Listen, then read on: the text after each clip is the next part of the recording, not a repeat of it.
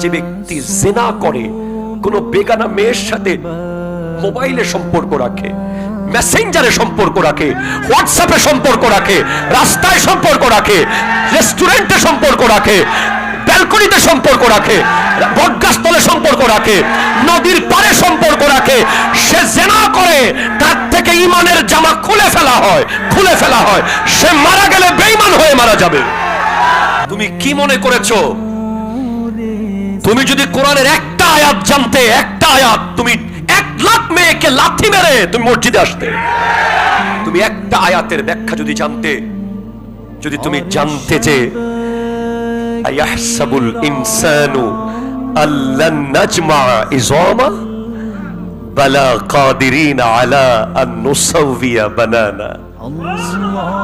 আমার আল্লাহ বলছেন, ওরা কি মনে করেছে আমি ওদেরকে আবার একসাথে করতে পারবো না, ওদের বডি কি আমি জোড়া লাগাইতে পারবো না, ওরা কবরের সাথে মিশে যাবে না, ওদেরকে আমি আবার আগের মতো করে ফেলবো, এমনকি ওদের ফিঙ্গার প্রিন্ট পর্যন্ত, ফিঙ্গার প্রিন্ট। আমরা ওই আল্লাহর বান্দা যিনি 1000 কোটি আঙ্গুলের মাথা বানিয়েছেন 1000 কোটি রকম। তুমি যদি জানতে ইয়াউমা ইয়াকুনুন নাসু কাল ফারাশিল মাবসুস ওয়া তাকুনুল জিবালু কাল ইহনিল মানফুস, অর্থ তুমি জানো না, তাই তুমি গার্লফ্রেন্ডকে ফোন করো।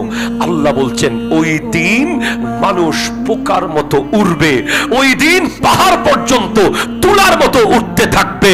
সেদিন এমন হবে ওয়াতাকুনুল জিবালু কালইহনিল মানফুস ফাআম্মা মান সাকুলাত মাওয়াজিনুহু ফাহুয়া ফি ঈশাতির রাদিয়া ওয়া আম্মা মান খাফফাত মাওয়াজিনুহু ফাউম্মুহু হাবিয়া।